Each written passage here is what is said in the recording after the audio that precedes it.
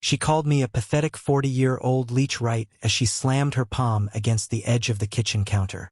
Her acrylics clicked like tiny warning bells. "Get out!" she barked, eyes bulging. I didn't move, didn't blink. I just let the silence choke the room until she mistook it for fear. That's when I laughed. A calm, low, surgical laugh that sliced straight through her confidence. "Try to make me," I told her. She grabbed her phone with trembling entitlement, dialing the police as if she were summoning soldiers to remove a trespasser. Poor woman. She had no idea the house she was standing in. My grandmother's old home, the place I spent half my childhood repairing, painting, patching, belonged to me. Not to my brother. Not to her. Me. But to understand my amusement, you need to understand the history behind that deed. And the betrayal that made keeping quiet such a pleasure. I met her 3 years ago. My brother Mark introduced her at a family barbecue. All bright smiles and sugary compliments. She hugged me like we were old friends. Told me she'd heard so much about me. Red flag number 1, too sweet, too soon. But I let it slide. For him, Mark and I weren't just brothers. We were survivors of the same childhood storms. When our parents died, I stepped in. I put him through school. Helped him get his first apartment. Even signed the mortgage on this house under my name while he rebuilt his finances. He never resented it. Not until she arrived. First, she pretended to adore me. Brought me homemade cookies.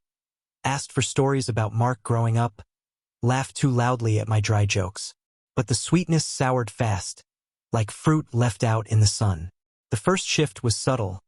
She'd forget to tell me about family events. She'd whisper things to Mark when I entered the room. Tiny wedges driven with polished nails. Then came the bigger moves. She told Mark I was too involved. That I held the house over his head. That I was emotionally manipulative.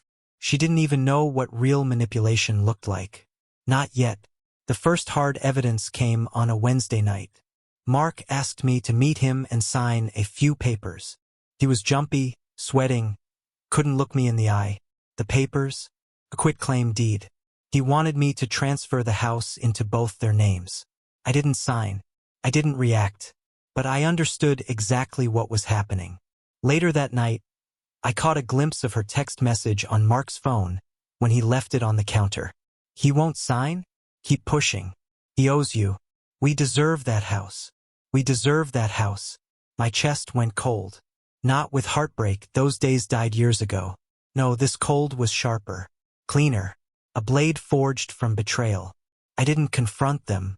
I didn't raise my voice. I simply stepped back into my own quiet corner of the chessboard and began planning. Revenge isn't about rage. Rage is sloppy. Revenge needs discipline. So I documented every message, every attempt to pressure me, every lie she fed him that he parroted back. I visited a lawyer, updated the deed, tightening protections, reinforcing ownership. I refinanced portions in my own name. I ensured legally, financially, structurally, that the house might as well have been stitched to my DNA. And then I waited. I waited for the moment she'd reveal her full arrogance. Because people like her always do. Mark eventually asked me to move into the guest room temporarily. Something about needing help with renovations. A lie but convenient. I accepted, smiled politely, walked right into their den with the paperwork already locked in my briefcase. Living there was an exercise in patience. She acted like I was a stray dog Mark had dragged in. She criticized everything, how I cooked, how I walked, how I breathed. But every insult was a countdown. Every jab, another turn of the screwdriver tightening her own trap. The final spark came the morning she stormed into the kitchen and shrieked at me for leaving a mug in the sink. One mug. Her face was red with the kind of rage only insecurity breeds. "Get out of my house," she screamed. My house. I didn't respond. I just let the clock run out. The officers arrived within 15 minutes. She greeted them with crocodile tears, pointing at me like I was an intruder. "He refuses to leave. He doesn't live here." The taller officer turned to me. "Sir, we just need to confirm residency. Do you have any proof you live here?" I didn't answer with words. I answered with the deed. The moment the paper hit the table, her face drained of color. The officer read the name aloud, slowly, deliberately. "This property belongs to you?" I nodded. The officer turned to her. "Ma'am, you can't evict the homeowner."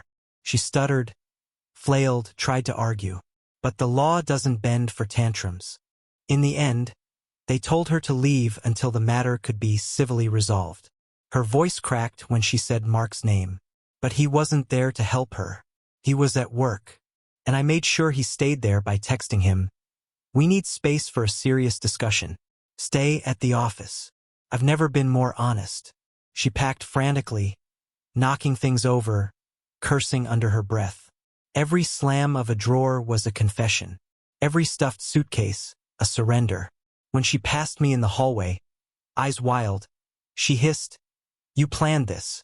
I met her gaze, finally allowed myself a small, satisfying smile. Every step. Mark apologized 2 days later. Not perfectly, not fully. He's still unraveling her influence, but enough. She hasn't returned. I doubt she will. People like her don't confront the ruins they created. Now the house is quiet again. Morning light spills onto the floors instead of tension. I can breathe. Justice doesn't always roar. Sometimes it whispers through paperwork, patience, and perfectly timed truth.